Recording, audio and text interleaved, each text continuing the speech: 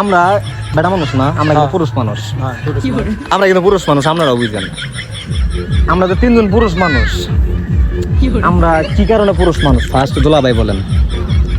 কি কারণে পুরুষ মানুষ? হ্যাঁ, ধরেন আল্লাহ পুরুষও বানাইছে, মহিলাও বানাইছে। সেলিম বুঝো কিন্তু আল্লাহ কিন্তু পুরুষও বানাইছে, মহিলাও বানাইছে। তাহলে এই যে আমরা যে পুরুষ মানুষ বা মহিলারা যে মহিলা মানুষ, আমরা পুরুষ মানুষ কেন পুরুষ মানুষ? আমরা কেন পুরুষ মানুষ বলেন সেলিম কও, বলো। পুরুষ তো পুরুষই। পুরুষ তো পুরুষই। আমরা যে পুরুষ, নারী আর পুরুষের মধ্যে পার্থক্য কি বলো? তাই তো ঠিক। নারীরা কেন নারী আর পুরুষরা কেন পুরুষ বলো?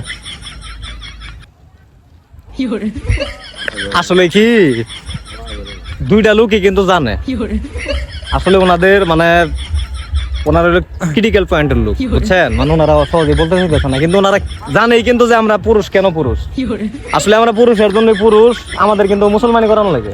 হ্যাঁ হ্যাঁ, আসলে কিন্তু সেলিম তাই কি তাই কও? হ্যাঁ, মুসলমানি করাইতে হয়। মুসলমানি করাইতে হয় না? তুমি মুসলমানি করাও দেখাই তুমি পুরুষ।